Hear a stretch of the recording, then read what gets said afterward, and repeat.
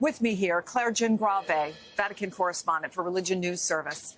Also with us, NBC's Molly Hunter here at the Vatican, and Father Timothy Kiseki, president of the Jesuit Conference of Canada and the United States. Molly, you and I were able to go inside the Basilica. Talk to me about the experience as you watched people going through the feelings, the observations, and what they told you. Yeah, Chris, I think actually in your intro just then, you laid out what struck me the most, and we were talking about it as a group, how diverse the crowd was in there. There were people wearing suits, there were people wearing T-shirts, there were so many languages spoken. Chris, I know that we were both trying to find people who spoke English to have a conversation with, but it was unbelievable how diverse the crowd inside was. The other two things that really struck me was there was a lot of talking, and you can see the line behind me. There's a lot of chatter going on in this line, but once you got close to the front of that line, close to the moment that everyone had waited in line for 5-6 hours, are the numbers that we're being told, to actually get to, it got very quiet. And I just spoke with a young Argentinian woman, Chris, who said at that point, everyone got quiet and you started having a conversation just with yourself and with the Pope. And actually you stopped talking to your neighbors, you stopped noticing who else was around. And she said it was kind of this universal moment as you approached the final kind of goodbye. I did speak with a mother and son as soon as they got out about their final goodbye. Take a listen, Chris. So Yes, what was that like for you going into that room? Deeply moving, very emotional. It's like losing a member of a family, yes. What was it like for you? Very similar to what my son said, as if you're losing your grandfather, your very wise grandfather. Chris, also a lot of people had puffy eyes. A lot of people had been crying, but there were so many smiles. And I asked a young woman why she was smiling, and she said she was happy. She was happy that he was no longer suffering and that actually the day was so filled with different emotions. Just for context, and I know you said this, an estimated 20,000 people already. I think that number is already much higher. For our audience to understand, the last time that a pope was lying in state, Benedict XVI in 2023, 200,000 people filed past to pay their respects. In 2005, Pope John Paul II lied in state. 2 million people filed past. So I'm very curious. I think if they're going to have to stay open past midnight, I suspect they will. And how many people will have the chance to say their final goodbye before Saturday morning? That's right. They did say they're willing to do that. If people are willing to wait in line, they want to make sure they have an opportunity to do that. Claire, we have talked to a lot of people in recent days. And, you know, one of the other things that struck me is that when you ask them about their feelings about this Pope, yes, obviously he's the most recognizable religious leader in the world. And one person did say to me he had taken on such a big job, but mostly it was about his characteristics. Kindness, inclusiveness,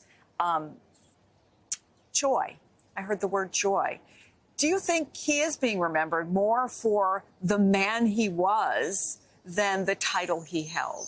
Absolutely, Chris. I mean, every time I've been going to the square in these past few days, the feelings have been changing from just a little bit of shock, surprise from seeing him there the day before in the square to grief and pain. But everyone, no matter what their walks of life are, even if they're not Catholic, they say he felt like one of us. That's the thing about this Pope. People felt that he was just like them. They sort of appropriated him. He didn't belong to the Vatican or anyone. He was just an ordinary guy, and the Pope's funeral reflects that in so many ways. We've seen people line up for hours and hours. I've spoken to them. Not all of them are Catholic, but it meant something to them that this Pope was there and he prayed and he tried to bring peace, and so they want to pay their respects too. Yeah, people who told me that they weren't Catholic told me he inspired them in very deep ways. Father, one of the cardinals, Cardinal Bo of Myanmar, spoke to Vatican News about Pope Francis, and I want to read part of what he said. Quote, "History will not only recognize his words, but also the profound alignment between his life and the life of Jesus. His simplicity, humility, courage, and joyful compassion transcended any decree. In a world growing cold and infected with a culture of indifference, he reminded us that the heart of the church must pulsate with mercy." I mean, frankly, these aren't words we talk about a lot in the news: humility, compassion, mercy. It is, in fact, the opposite of what we're usually discussing. Is it fair to say he was a kind of counterculture figure for his time. And can the church use this moment to put a renewed focus on those qualities and their importance in the modern world? There's no question that Pope Francis was countercultural. And I think you read that quote and you realize he taught with his life and not just his words.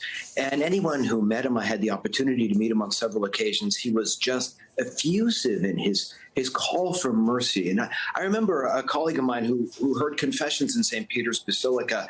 And when he was introduced to the Pope for doing that, the Pope grabbed him and asked him one question: are you merciful? And that was so important to him. And I think mercy can be countercultural, but I think it's also the hope for the future. Claire, I don't want to speak out of turn, but I know that you've met the Pope. You cover, obviously, you cover the Vatican. What was it about him one-on-one? Because it always amazed me as I watched him in the Pope Mobile or out among the crowds, not just here, but all around the world. The way he interacted with people, he seemed to be one of those people who connected with whoever he was with at that moment. So I've traveled with the Pope. I've had the opportunity to be front row during events and masses, been up close to him, exchanged conversations with him. And what struck me the most, especially in this line of work where we're talking to people who have so much influence and power. I mean, the Pope is the most recognizable Catholic figure, Christian figure in the world, that when he spoke to you, it seemed that you were the only person in the room, and he cared about that. That every time I interviewed people who met with him, that would be the same kind of feeling. But there's also another side. Pope Francis was someone who could take his mask off, and he showed you who he was as well.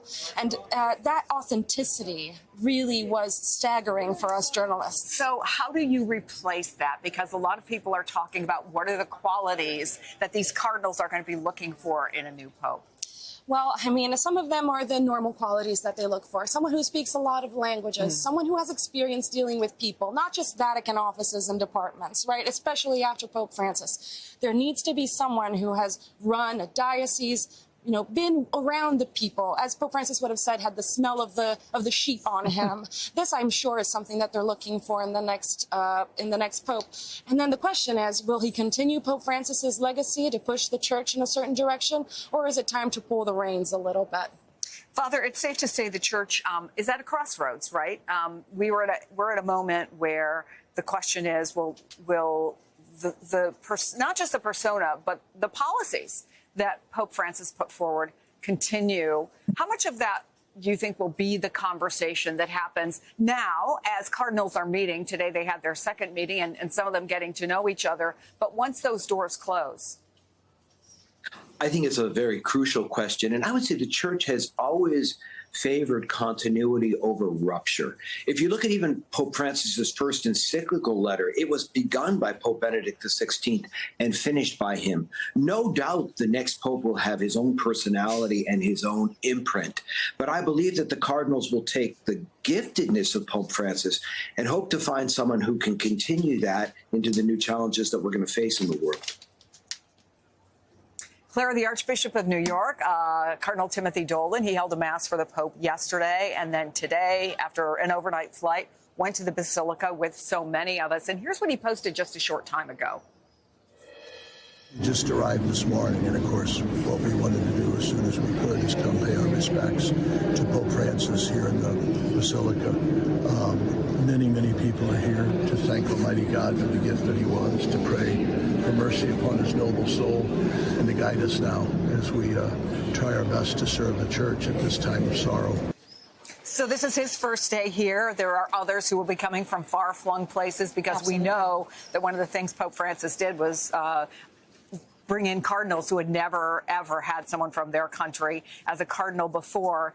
What happens? I mean, they're having dinner together. They're going out into the gardens. They're walking around. Absolutely. I mean, it's not just the general congregations where they meet officially. It is the hallways. It's when they're sitting and brushing shoulders in the seats in the basilica or during Mass. It's when they're having breakfast together or meeting for a cafe, or finally relaxing during busy days to have a glass of wine and eat dinner. This is the moment when cardinals come face to face and they say, listen, what direction should the church move towards now? And as we heard before, continuity is definitely important, but there are very important questions that need to be addressed right now. And cardinals from all over the world from Mongolia, from places that have never had them, have really different concerns and different interests when it comes to what should happen next. Every once in a while, Father, we do hear from a cardinal. They tend to be pretty circumspect, but they'll also sometimes talk to their local reporters and answer a few questions. Are there clues you're looking for or people you're talking to give you a sense of what direction they might go in? Or is it your sense, like the surprise that happened on the balcony behind me a dozen years ago with Pope Francis, may well happen again, and it'll be somebody who is not, so to speak, on our bingo card?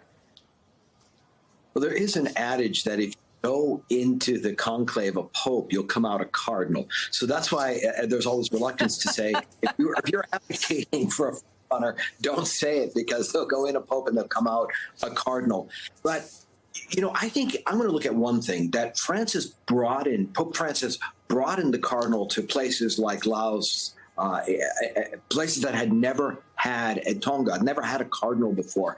And so I think they're going to look for one who's going to represent not just the Western world, where the highest concentration of cardinals used to be, but that represents the global world, especially the global South, where the church is growing more rapidly than in the North.